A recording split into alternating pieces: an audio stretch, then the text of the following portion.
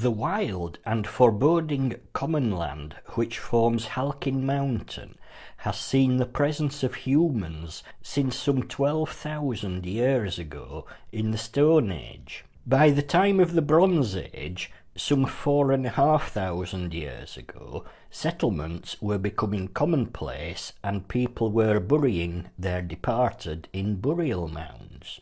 During the Iron Age, hillforts were being built atop the hills of inland Flintshire.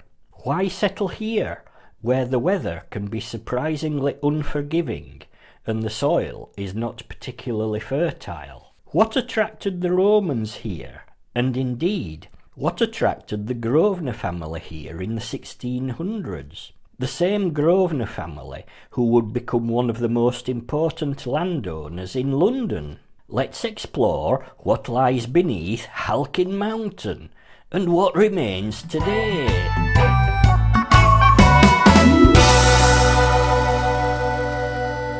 If mankind has been shaping and changing the landscape of Halkyn Mountain since the Stone Age, then where better to start a tour than here at an abandoned quarry? Halkyn Mountain is very well known for limestone. Indeed, even today, if you take a stroll around Halkyn Mountain, you can't help but notice the distinctively pale, grey, coloured limestone sticking through the thin grass. But Stone Age people probably had little use for limestone. Stone Age people had little use for agricultural fertilisers, cement, or building blocks. Here, at Pennear Henblas, abandoned quarry, we find something which would doubtless have been very useful and very valuable to Stone Age people. Chert. Chert is a hard stone which fractures with edges as sharp as glass. It is sometimes called flint, but chert has different ingredients to flint. The stone from this quarry could also be tooled and polished until it took on the appearance of marble. This meant that in more recent times, Halkyn marble was a very popular stone used in buildings and monuments around the local area and the northwest of England. For monuments, think monumental masonry. And apparently the font in Halkyn Church of St Mary the Virgin is made of polished Halkyn marble. I would show you a picture, but the church was locked and closed when I was there. This abandoned quarry is a great place to explore legally and with a degree of safety. The stone is a sedimentary stone which comprises of layers. Here we can see how the layers or strata of the stone have been warped through millions of years. Sadly, the quarry has been thoroughly cleared. There's no abandoned tools or machinery to be found, but there is plenty evidence of different quarry levels, roadways and inclines. The quarry is now a protected habitat for great crested newts, apparently. Do let me know in the comments below if you've ever spotted any here. But I can hear you all asking, Halkyn Mountain? Is it really a mountain? How high is it? Well, let's find out. There are plenty obvious footpaths which lead to the summit of Halkyn Mountain. Usefully, if we walk up one of them, we soon find a trig point at the top of Halkyn Mountain. What is a trig point? Well, this concrete structure is a trig point. What does it do? By itself, not much. However, there are hundreds of trig points scattered around Great Britain. Basically, trig points allowed the Ordnance Survey to know where to draw the squiggly lines on their maps. Crucially, the exact location, including altitude, of every trig point is known. The summit of Halkyn Mountain is at an altitude of 961 feet or 293 metres. That's disappointing. To call a mountain, it should have a summit height of at least 2,000 feet or 610 metres. So, Halkyn Mountain is not a mountain after all. Still, the views are pretty awesome, even if it is a bit hazy. As we walk around Halkyn Mountain, you might now be noticing that the ground is not very flat or even. In fact, the landscape is pockmarked by these indentations and hillocks. These are all marks left behind as humans explored what lies beneath. As time progressed and humans experimented, people began to realise that stone could be processed to produce much more useful materials. Stone often contains metals, but the metals are not immediately obvious. The stone must first be heated, and then the metals are released from the stone. Stone which contains these hidden metals is called ore. One example is a stone called galena, which, as it happens, is another plentiful type of stone found underneath the surface of Halkyn Mountain. Galena is a primary source of lead and is also a source of silver. So yes, Halkyn Mountain became an important source of lead and also a source of some silver. Lead has been an important metal to the Romans and also to civilizations that existed long before the Romans came along. Of course, lead is a very soft metal, so it wasn't much use for making swords or shields for use in battles. However, lead is waterproof, and so it has been used widely for creating watercourses and water pipes. Apparently, lead also adds a pleasant flavour to wine, and of course the Romans originated from wine-growing lands. With the progress of agriculture, the importance of the plentiful limestone increased. Processed limestone makes a very effective fertiliser. People were allowed to remove stone free of charge from Halkyn Mountain in order to build houses with, and as time progressed, people realised that processed limestone made an important ingredient of cement, the cement which made their houses more solid. Of course, the processing of lead ore, iron ore and limestone did require some other things which were not abundant on Halkyn Mountain. However remote Halkyn Mountain feels, it's always important to remember just how close it is to the fertile soils of the lowlands, the River Dee estuary, and its suitability for sea and river transport. Also the proximity of the Flintshire coal seams. Even the local forests and woodlands could provide timber for building fences to keep safe and for building fires to keep warm. Even on a bright, sunny day, there is a chill in the air here on the mountain. Certainly, when the sun sets and the fog starts to swirl, this would be a very inhospitable place. During the earlier days of aviation, there were a number of airfields on the lowlands immediately below Halkyn Mountain. Places such as RAF Harden and RAF Speed, which still are active airports today. Also RAF Sealand, RAF Poulton and RAF Houghton Park, which are now closed. For all these airfields, Halkyn Mountain would be some of the closest high ground which pilots might be expected to avoid. Without doubt, Halkyn Mountain was the site of more than one air crash. Whilst researching, I found reference to a Bristol airplane which crashed somewhere around here. I also found mention of a Spitfire which collided with another Spitfire locally. If you have good knowledge about air crashes in this area, I'd be interested to know. Feel free to leave a comment below. Much of Halkyn Mountain is open access land, This means that everyone is free to wander anywhere they like across the land. However, there are a few caveats to this freedom. As we know, Halkyn Mountain has been the site of hundreds of mines and quarries, some large, some tiny. The landscape is littered with the remains of these. Some of the mine shafts can be several hundred feet or metres deep. Many of the shafts are either capped or fenced.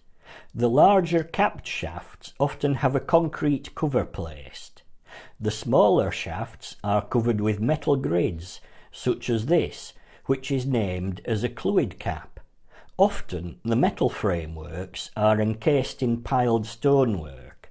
These are sometimes called beehive caps. However, an awful lot of shafts are simply fenced, but still open. Here is a typical fence. Inside this fence, the shaft is clearly open. This is where it gets dangerous. Not all shafts are known about. Old shafts and mine workings can collapse at any time.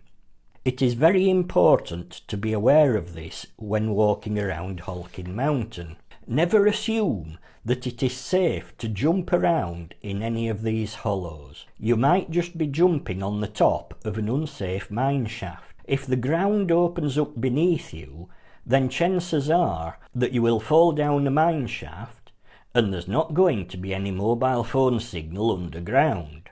Okay, I hear you asking, John, why don't they just fill in the shafts? Well, there are dozens of reasons not to fill in disused shafts. One very good reason, well, two very good reasons are that if you fill in a shaft, then you can disrupt particularly airflow and ventilation to disused mine workings, allowing gases etc. to build up. It can also disrupt the flow and route of underground rivers. But another very good reason is to consider for animals and wildlife, because disused mines become home to a wide variety of species, some of which can often be protected, such as bats. At first sight, some capped shafts might not look to be fully sealed, with awkward gaps here and there. Often these gaps are left deliberately to allow bats access to their roosts. Limestone is a very useful product. It is a distinctive pale grey colour. It's often used as a stone for building walls and houses. Limestone can also be crushed into a wide range of sizes, making it suitable for use as hardcore in the foundations of roads, etc. If limestone is heated to around 1000 degrees Celsius, it magically changes into something with even more uses. Two of the most common uses, even today, are as an agricultural fertiliser and as an important component of construction mortars such as cement and plaster. There are many other uses though. Quicklime is a caustic product, and so it was historically used as a depilatory or hair remover. It has also been used for detecting water in the petroleum industry. Theatres also used quicklime in the days before electricity was commonplace. When quicklime is heated to 2400 degrees Celsius, it emits a very strong, bright light. So yes, this is indeed where the phrase being in the limelight comes from. When limestone, also known as calcium carbonate, is burned at high temperatures, a chemical change takes place. The carbon in the limestone is burned, which leaves behind quicklime or calcium oxide. Incidentally, this process is responsible today for a major part of global carbon dioxide emissions. The processing of limestone has been known about and understood for thousands of years. Here on Halkyn Mountain, limestone was processed into quicklime in lime kilns such as these. At the base of these stone structures is an arched chamber leading to what looks rather like a fireplace. Above the fireplace is a circular, funnel-like void, the sides of which are lined with special bricks which can withstand very high temperatures. At the top there is a wide opening. Firstly, workers would chuck a load of coal into the base of the void. The coal would be immediately above this fireplace. The coal, of course, was another local product. The Flintshire coalfield once had dozens of collieries extracting coal. Then a layer of limestone would be added. Then another layer of coal, and so on, alternating layers of limestone and coal until the void of the kiln was full.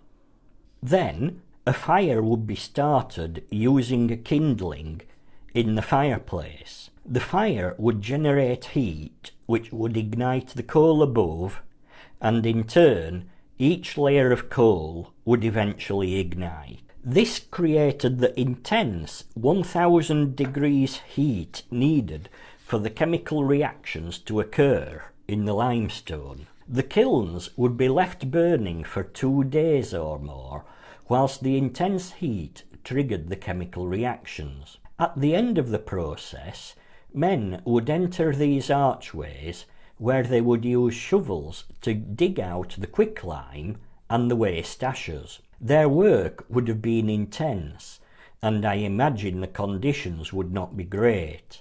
The atmosphere in here would have been sweaty hot. The quicklime they were shoveling, and perhaps even breathing in, was intensely corrosive. Not at all a pleasant way to earn a wage. This peaceful, if somewhat flat landscape in front of us was once the site of Bryn mill. After lead ore had been brought to the surface, the ore would be processed before it was transported away to be smelted. The area was populated with several industrial buildings and workshops for electricians, carpenters and blacksmiths. At its peak of production, Halkyn Mountain produced over 21,000 tonnes of lead ore in 1934. Soon, the industry fell into decline. By the 1980s, all the surface buildings and machinery was removed, leaving behind a barren landscape, which is still today being reclaimed by nature. If you know where to look, though, there are still a few scant traces of the industrial history to be found. Beside the Bryn mill was the Bryn shaft. The shaft was some 3 metres wide and descended for almost 300 metres into the ground. Although the shaft still exists today, it is capped and is not accessible. I would assume that the gaps are intentional to allow for some ventilation and to allow wildlife such as bats to access the mine, where habitats have sprung up in the days since the mine fell silent. A tall latticework tower structure called the headgear would have sat here with 2 large wheels on top. Here is the top section of a similar headgear. Cables passing over the wheels would have been attached to cages. These would have lifted and lowered miners inside the shaft, as well as mine trucks which contained the iron ore. The cables went into a huge steel industrial building where the winding gear and engines were located here on this area of concrete. The village of Halkyn is a quaint rural village with stunning views across the Dee estuary towards the Wirral. Driving through Halkyn, it's difficult to miss this humped feature. On the top we find a huge concrete slab. In one corner of the slab someone has left the phrase Lewis Shaft and the depth of the shaft at some 600 feet or 200 metres. As at Bryn, where we've just visited, there would have been another headgear along with associated machinery. Alongside, we find another flat area being reclaimed by nature. When the mine was operational, there would have been outbuildings here for offices and workshops, and there was also a mill where the ore was processed. I found a description from 1920 of how the ore was processed here. The ore was crushed and washed several times to separate the various minerals contained in the ore. After processing, we were left with galena, which contained no fluorospar, and was sent to the potteries for glazing. Galena was also sent to Bagelt and St Helens, and the mixed grades were sent to Middlesex, where they would then be put through the process of smelting. These private residential bungalows are on the site of a 19th century barracks, which was at first used for troops, but was later used as accommodation for miners employed locally. There are the remains of many hillforts in North Wales. Hillforts were communities where people lived and worked, as well as being defensive structures. Hillforts were common in the Iron Age and can date as far back as the Bronze Age. A great example of a hillfort overlooks the village of Rosesmer on Halkyn Mountain. Only a short walk from the village centre, it is best accessed from this road, which becomes a footpath as it passes an old quarry on the left. The site is of quite some size. The stone and earth embankment, complete with a ditch, surrounds the perimeter of the site. It's possible to walk around the entire embankment, from which the views are impressive and extensive. There is a very unusual feature in this hill fort, a 500,000 gallon underground water reservoir. Now this is not an example of Iron Age ingenuity though. The reservoir was built in the 1970s. The siting of the reservoir here in an ancient site is understandably controversial. On a positive note, there were quite some archaeological investigations of the site before the reservoir was built. Evidence was found of various structures, including timber palisade fencing, a timber longhouse, circular huts, and rectangular buildings.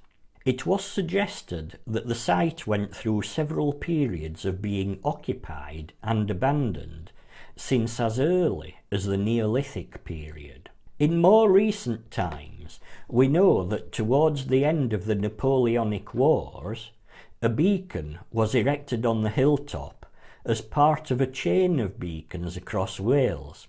These would have been used as part of a communication and warning network in the event of an invasion. However, most exciting is a suggestion which was put forward by book authors Steve Blake and Scott Lloyd around the year 2000. They concluded that Avalon, the place where King Arthur was taken to rest after being wounded, and where his sword Excalibur was forged, is here. If this were true, then that would be ever so exciting, but I do hear that there is much competition to be found for dozens of places, all claiming to be Avalon. Of course, do feel free to let me know your thoughts about this. If you decide to walk in my footsteps and explore Halkyn Mountain for yourself, please do remember to take great care. As we've discovered, the landscape is littered with disused mine shafts, which are sometimes unfenced and can open up at any time. Remember, if you do fall down one of those, then when you get to the bottom, possibly hundreds of feet below ground, there will certainly be no phone signal for you to call for help.